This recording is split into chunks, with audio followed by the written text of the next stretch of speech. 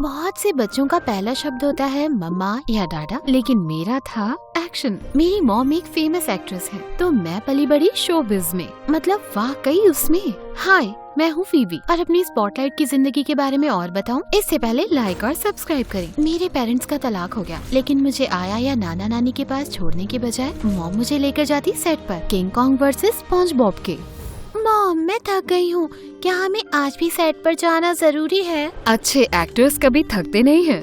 पर मुझे नाना के यहाँ जाना है। वो हमेशा अपनी पुलिस वालों की अच्छी अच्छी कहानी सुनाते हैं। आपको पता है उन्होंने 10 डकैतियों को रोका। तो उनकी कहानियाँ अच्छी हैं, मेरी मूवीज की नहीं। ठीक है, एक छोटा सा एक्टिंग जॉब करना है, उसके बाद तुम्हें नाना के छोड़ दूंगी मैं, ठीक है? कुछ सालों बाद नाना गुजर गए और मैं उन्हें बहुत मिस करती थी। जब मैं 13 साल की हुई तब मॉम को एक कॉप शो में लीड रोल मिला और इस बार मैं तो बड़ी खुश थी उस सेट पर जाकर। पहले दिन मैं तो हैरान ही रह गई। मैं कॉस्ट्यूम डिपार्टमेंट में घुसी और यूनिफॉर्म पहन के ऐसे नाटक किया जैसे मैं जुर्म से लड़ रही हूँ। पर तभी कैफेटेरिया से किसी की चीख की आवाज आई, किसी को जरूरत है मेरी। मैं वहाँ पहुँची और मेरा फोन यहीं पर तो था, तुमने ले लिया। नहीं तो। और ये आ गया था मेरा डिटेक्टिव बनने का मौका। इससे पहले मैं आगे बढ़ूं, एक बुढ़ा आदमी हाथ में डोनट पकड़े सामने आ गया। फ्रूट बास्केट के नीचे देखो। मैंने बास्केट उठाई तो देखा मॉम का फोन वहीं पर था। वाओ, आपको कैसे पता? उनके हाथ से केले की खुशबू आ रही है। साथ ही मैंने देखा कि फ्रूट बास्केट थोड़ी टेढ़ी रखी थी। और हाँ, मैंने उन्हें फोन वहाँ रखते हुए देखा था।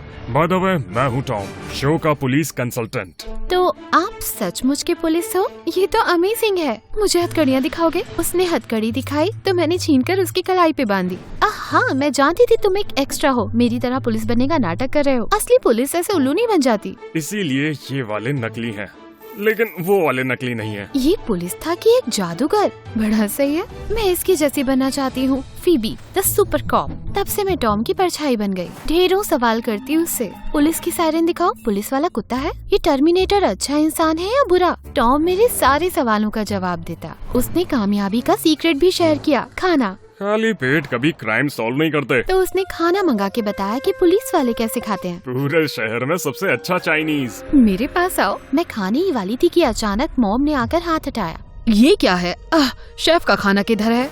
ये तो चींटियों का खाना है, मैं एक इंसान हूँ। मॉम मुझे घर ले गयी और उस रात मुझे डिनर में सिर्फ सूप मिला। अगले कुछ दिन उनकी नजर टॉम और मुझ पर गड़ी रही। एक रात मैं सोने के लिए कपड़े बदल रही थी। देखो क्या, हटाओ इसे। पर ये कोई बकरा या चूहा नहीं था, क्योंकि मॉम ने मेरा पेट पकड़कर चूटी काटी। मोटापा तुम्हारी उम्र में? गॉश मॉम, मुझे लगा कि कुछ सीरियस है। ये सीरियस है। मैंने देखा है वो पुलिस वाला तुम्हें कितना सारा खाना खिलाता है। तुम्हें पता है मुझे कितनी मेहनत करनी पड़ती है अपना फिगर मेंटेन करने के लिए? हाँ, तो ये आपका काम है, लेकिन मैं पुलिस वाली बनना चाहती हूँ, टॉम की तरह। क्या? मेरे मुंह से निकल गया, पर ये सच्चाई थी। मॉम को लगता था मेरे मोटापे का कारण टॉम है, तो उन्होंने डायरेक्टर से बात करके टॉम को नौकरी से निकलवा दिया। प्लीज मॉम, टॉम ने कुछ गलत नहीं किया। वो मेरा ख्याल रखता है, मुझे हंसाता रहता है। प्लीज उसे जाने मत दो। छोटी बच्ची, कोई बात नहीं, वो तुम्हारी मॉम है, तुम्हारा ख्याल रख रही है अपनी तरह से। हर कोई हमेशा वो क्यों करता है जो मॉम चाहती है। टॉम चला गया और मैंने फैसला किया कि मॉम से छुटकारा पाने का एक ही तरीका है, भाग जाना। तो मैं टैक्सी में बैठी, पर याद आया मेरे पास तो पैसे ही नहीं थे। मैं अपना पर्स भूल गई। प्लीज निकल जाओ। फीबी कम ऑन, सोचो, पर ये एक इमरजेंसी है। मेरे तोते को पैराटाइटिस हो गया है, सिर्फ मेरा प्यार ही उसे बचा सकता है। और अगर मैं वहाँ नहीं पहुँची तो वो चिल्लाने लगेगा और फिर शायद एक महामारी फैल जाए और मैन फ्लू की, जिसमें आदमी तोते जैसी पॉटी करते हैं। फिर तो देर नहीं कर सकते, चलो। पर जब मैं नाना के घर के सामने उतरी तो मॉम मेरा इंतजार कर रही थी। तुम्हें लगा तुम मुझसे बचकर भाग पाओगी?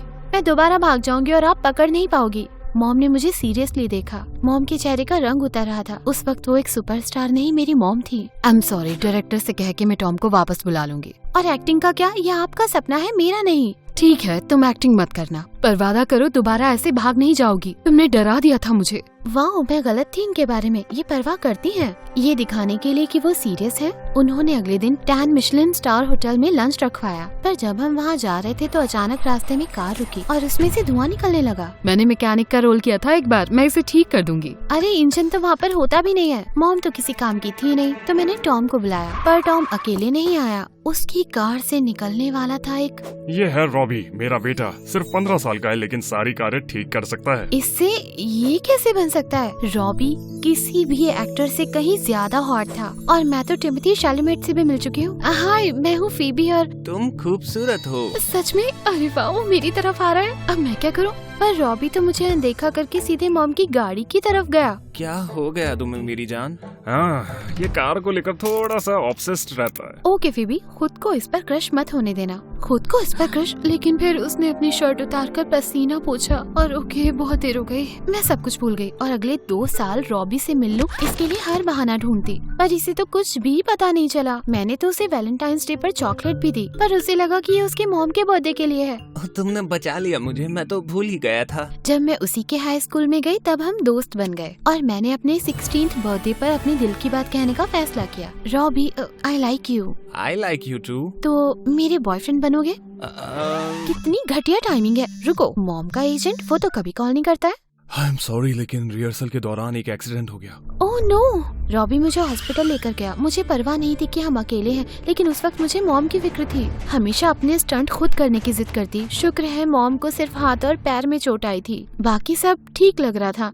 मॉम, आप ठीक हो? ठीक हूँ, मैं अब एक्टिंग नहीं कर सकती। वो किसी और को नहीं ले सकते? शो तो अभी शुरू भी नहीं हुआ है। पहली बार मॉम चिंता में लग रही थी। नहीं, प्रोड्यूसर के कहने पर मैंने काफी पैसा लगा दिया इस शो में। अगर इन्वेस्टर को पता लगा मैं सेट पे नहीं हूँ तो शो कैंसिल हो जाएगा। और कितना? हम सब खो देंगे। आई एम सॉरी फीबी। कोई बात नहीं मॉम, मुझे पैसे की परवाह नहीं। शुक्र है आप ठीक हो। मुझे लगा डर की बात खत्म हुई, लेकिन अगली सुबह रॉबी ने बताया कि वो यूरोप जा रहा है एक ऑटो प्रोजेक्ट के लिए, और अगर ये काफी नहीं था तो मॉम का हॉस्पिटल बेड खाली था। कहाँ? और ऊंचा नहीं, ऐसे नहीं। मैंने खिड़की से बाहर देखा तो मॉम ने सारी नर्सेस को अपना एक्स्ट्रा बना लिया था। उन्होंने ऊंची किक मारनी चाहिए पर नीचे गिर गए। वो काफी दर्द में थी, लेकिन दोबारा उठकर फिर कोशिश करने लगी। वो हार नहीं मानेंगी, मुझे कुछ करना होगा। बहुत हो गया मॉम, मैं करती हूँ। क्या? हम एक जैसे पहले ही दिखते हैं। थोड़े मेकअप से मैं अपनी उम्र बढ़ा लूंगी। मैं आपकी जगह लूंगी, प्रोडक्शन चलता रहेगा।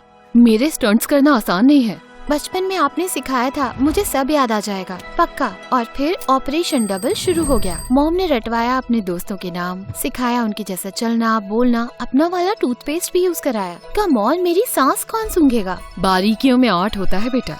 लेकिन ये काफी नहीं था। शूटिंग के पहले कुछ दिन तो सब कुछ ठीक गया, लेकिन फिर अगला सीन है छत से कूदना। अच्छा है तुम हमारे साथ हो, कई बार कर चुकी हो तुम ये। क्यों नहीं? मैंने छत से नीचे देखा तो मुझे चक्कर आने लगे और मैं फिसल गई। बचाओ, नीचे उतारो मुझे। तुम्हें यकीन है कि तुम ठीक हो? तुम पहले जैसी नहीं लग रही हो। ओह नो, नहीं, मेरी थोड़ी तबीयत ठीक नहीं है। अगली बार अच्छा करूंगी। पर उसकी आंखों में शक दिख रहा था। ये बहुत हो गया, अब इसे बंद करते हैं। और नहीं, मैं आपकी मदद करने आई हूँ और करूंगी। उस रात मैं ऑनलाइन गई और मुझे मिली मिसेस क्रूगर, स्टार्स की कोच। क्या ये मुश्किल होगा? हाँ, पर उसी से कामयाबी मिलेगी। ये काफी स्ट्रिक्ट लग रही थी, लेकिन अगर मॉम की मदद करनी है तो और कोई चारा भी नहीं था। तो मैंने कोच को टेक्स्ट किया और अगली सुबह मेरी नींद खुली ड्रम्स की आवाज से, जो कोच मेरे रूम में बजा रही थी। हे भगवान, आप अंदर कैसे आ गई? मुझे हार्ट अटैक देना चाहती हो? इसका समय नहीं, तुम्हें दौड़ लगानी है। और पुशअप्स और हाई किक्स और ऑफ कोर्स 6 मंजिल की बिल्डिंग की छत से कूदना नेट के ऊपर। मुझे चाहिए पैराशूट। लेकिन सबसे बुरा था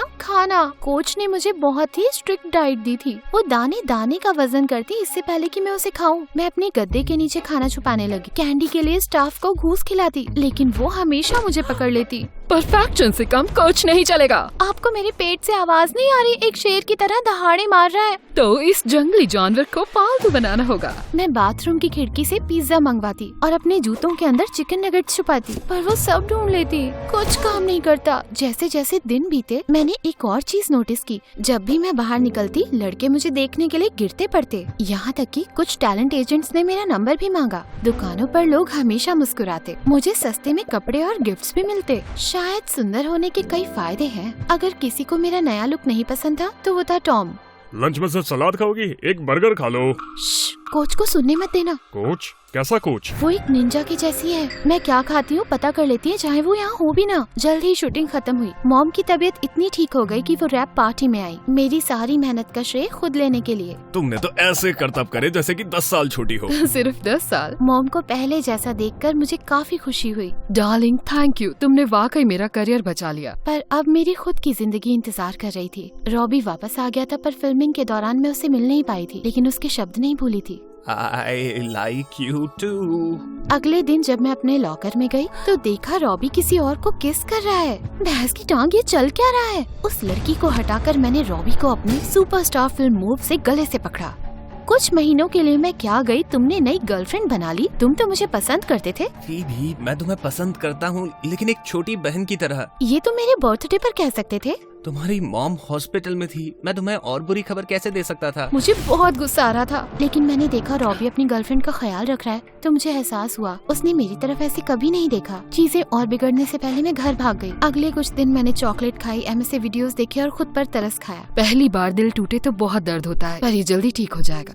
आपको ये नहीं पता, वो कुकीज दो मुझे। रॉबी ने टेक्स्ट करके माफी तो मांगी, लेकिन मेरा मूड फिर भी ठीक नहीं हुआ। मुझे गुस्सा उस पर नहीं अपने आप पर था। इतना समय उसके प्यार में मैंने बर्बाद कर दिया। दुख में मैं अपनी हालत और ज्यादा बिगाड़ लूं, उससे पहले टॉम ने मुझे बचाया। कम ऑन बच्चे, तुम्हारे लिए एक सरप्राइज है। रॉबी का एक जुड़वा भाई है। नहीं, लेकिन लड़कों के आगे भी जिंदगी होती है, मेरे वाले के भी। ये लो। उन्होंने मुझे एक फ्लायर दिया, पुलिस एकेडमी अर्ली एडमिशन। 3 हफ्ते में होगा। तुम्हें पुलिस वाली बनना था ना? दूसरों के चक्कर में मैं खुद के सपनों को भूल गई थी, पर देर नहीं हुई। मैं अभी सबसे अच्छी पुलिस वाली बन सकती हूँ। पर रो रो कर खुद को ठूसने के बाद मेरा फिगर बिगड़ गया था। मेरा सिलेक्शन तो हो ही नहीं पाएगा। आइडिया। उठकर खड़े हो जाओ, निकामी आलसी। प्लीज इस बार थोड़ा आराम से काम ले। आराम लूजर्स करते हैं। शायद, मतलब मैंने ही तो उन्हें बुलाया था ना। इस बार कोच पहले से भी कहीं ज्यादा स्ट्रिक्ट थी। हर चीज की गिनती करती, कितने स्टेप्स, कितनी कैलोरीज, कितने पुशअप्स। मेरा प्यारा केक, मैं तुम्हें बहुत मिस करती हूँ। हम लोग जल्द ही मिलेंगे।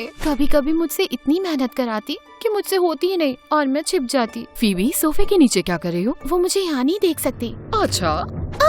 कोच ने कर दिखाया और मेरा वजन कम हो गया। जब एडमिशन के दिन नींद खुली तो बेकन की खुशबू से मैं किचन में पहुंच गई, जहां टॉम और रॉबी मॉम के साथ नाश्ता कर रहे थे। रॉबी ने मुझे फूलों का बड़ा सा गुलदस्ता दिया। जानता हूँ मैं वो नहीं हूँ जो तुम मुझे चाहती हो, पर मैं तुम्हें सपोर्ट करने आया हूँ। हम दोस्त बन सकते हैं? बेकन और फूल, अब ना कैसे कहूँ। रॉबी ने मुझे गले लगाया और हैरानी की बात है कि मेरे पेट में कोई तितलियां नहीं उड़ी, सिवाय उनके जो टेस्ट के डर के मारे उड़ रही थी। शायद फाइनली मेरा दिल ठीक हो गया, लेकिन मैंने फिर भी नाश्ता नहीं किया। हम पुलिस एकेडमी पहुँचे तो मुझे कमजोरी आने लगी। तुम्हें यकीन है तुम ठीक हो? कमजोर लग रही हो। नहीं, मैं ये कर सकती हूँ। दिन का पहला टेस्ट था ऑब्स्टिकल कोर्स। मैंने कोच के साथ इतने सारे किए थे कि मैं ये नींद में भी पूरा कर लूं। पर जब सीटी बजी तो मेरे पैर कांपने लग गए और आंखों के आगे अंधेरा छा गया। जब आंख खुली तो मॉम और टॉम मेरे सामने थे।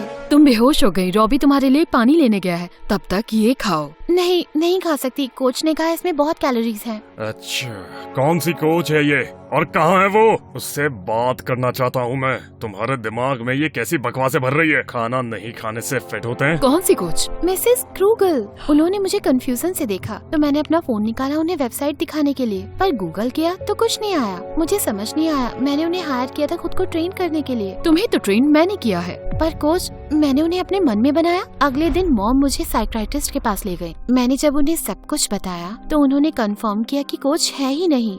जब भी तुम इनसिक्योर फील करती थी तभी कोच आती थी ना। साफ है कि तुमने डिफेंस मैकेनिज्म के तौर पर उन्हें बनाया, लेकिन मुझे डर है कि तुम्हें ईटिंग डिसऑर्डर हो गया है। डॉक्टर सही थी। मैं खाने का इस्तेमाल करती थी ताकि बेहतर फील करूं, सिक्योर फील करूं, लेकिन यही बहुत अनहेल्दी हो गया। मैं ठीक कैसे होंगी? समय लगेगा और थेरेपी भी, पर तुम्हें खुद पर नरमी बरतनी होगी। कोच से पीछा छुड़ाना आसान नहीं था। वो बार बार मेरे पास आती ताकि मैं गलत चीजें चुनूं, लेकिन मेरी मॉम हर कदम मेरे साथ थी। उन्हें एहसास हुआ कि खाने के साथ मेरे इस रिलेशन का एक कारण वो भी है। उन्होंने खुद को देखने का नजरिया भी बदला। अब तो मैं ठीक थी, लेकिन मैं दूसरों की मदद करना चाहती थी। मैंने साइकोलॉजी पढ़कर चैरिटीज के साथ काम किया और लड़कियों को सिखाया अपनी बॉडी इमेज और खाने के बारे में। और पुलिस वाली बनने के बारे में क्या? मैं अब भी लोगों को हेल्प कर रही हूँ, बस मेरे केस में बुरे लोगों को जेल में नहीं डाल सकते। और रॉबी, मैं उसकी शादी में थी ब्राइड ऑफ ऑनर, और पता चला उसकी गर्लफ्रेंड का भाई बिल्कुल मेरे टाइप का था।